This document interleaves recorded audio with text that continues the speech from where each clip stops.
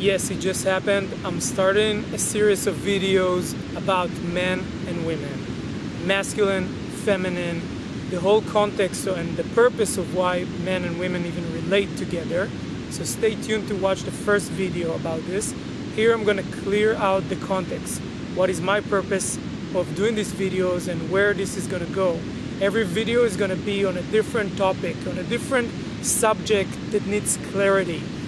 What I'm taking a stand for is clarity, and especially with men and women, there's so much mess in modern culture, even in the New Age culture, in spirituality. There's a big mess about what are women and men are doing together. There's all these mixed messages, things that are taken out of context, things that were taken out of different paths. And today what I see is people using an old Thought-Ware. Thought-Ware is like Softheware, about thinking about men and women. And I'm gonna set the record straight even now in this first video. So let's go. The one question that everywhere in life you can take this question and really sets things straight is, what is the purpose of something? And my question, I don't know if you even thought about this question, is what is the purpose of men and women to relate together? Now there's all these stories that comes from old cultures, from our parents' parents, from even ancient cultures that came down to us, telling us what it is. There's the modern culture way of thinking about it, which is not really thinking about it even. It's just being like, you know, that's what it is. There's the New Age way of thinking about it, where there's all these sacred masculine, yin and yang, all these kind of abstract concepts. And there is the next culture, the Thrive culture way about thinking about things. And actually, funny enough, the purpose of Thrive culture is for men and women to collaborate together authentically to create what they're here for in the world to create. So take a moment to let that land. The purpose of having a culture that is radically responsible is to have men and women collaborating, radically relying on each other in an authentic way to bring into the world what they're here for to create. And we can expand a lot about how does it happen, but first of all, that's the purpose. And then the question is, what's the purpose of men and women to collaborate, to be together? So here what it goes. To understand that, you kind of need to ask yourself, what is the purpose of being here? What is the purpose of you being here in life? It's not what is the purpose of life. It's not a general question. It's a relative specific question to you. And the answer is that you came here for, whatever you're a man or woman, to authentically create something in the world. You have some kind of a mission. Why do you have this mission? What is the purpose of having a mission? This is one authentic message that comes from the Hebrew culture, actually, that you came here with a mission because if you wouldn't earn, if in your being you wouldn't feel like you earned it, you earned the lessons and the teachings and the value that you created even in life, if you didn't earn it, you're not really can feel it's yours. You couldn't really evaluate that. So everything in life here comes with a certain mission. So you get this mission to earn it. And it's not about earning it, oh, I have to work hard or I have to be a responsible victim of that mission. It's actually a beautiful journey. So people that tell you it's all about the journey, that's what they mean. In the journey, you get to earn the gold from being alive, from what you came here for. So you have a specific mission. Now, what would happen in a world that your whole mission would be everyone just the same like you? All you see is yourself and other people that are exactly like you. Wouldn't be really interesting, right? So there is divergence. So there's different people, different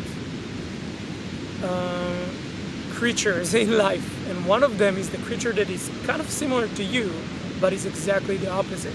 So man, women, masculine, feminine, exactly the opposite of it. Okay, so now you have this opposite. What does it stand for? So if you're a man, a lot of your mission can feel very linear. It's very straight to the point. If you look even at the male reproduction system, it's very linear. And for women, it's very circular. So men embody this like linear energy to go through their mission in life. If you talk to a lot of men, they have a goal and they want to go through that goal.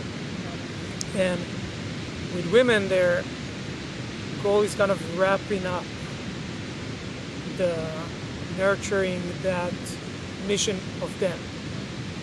So it's a different kind of approach. And now another interesting dimension, because life has endless dimension. How do you create endless dimension? You put things into each other in different levels. So the way that happens in men and women, that in every man there is a woman also, because you were born from a mother and a father, and you have both chromosomes. So in you there's a woman and there's a man, which means you have that part of you that wants to go linearly with your mission, and you have that part that goes non-linear.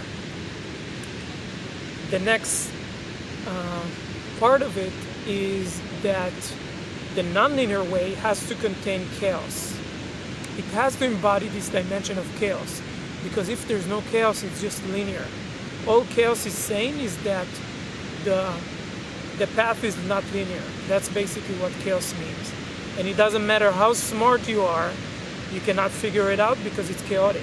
So it's not linear. That's all it says. So women has this dimension of chaos, and men have this dimension of the opposite of chaos in them. So they're kind of sorting things out.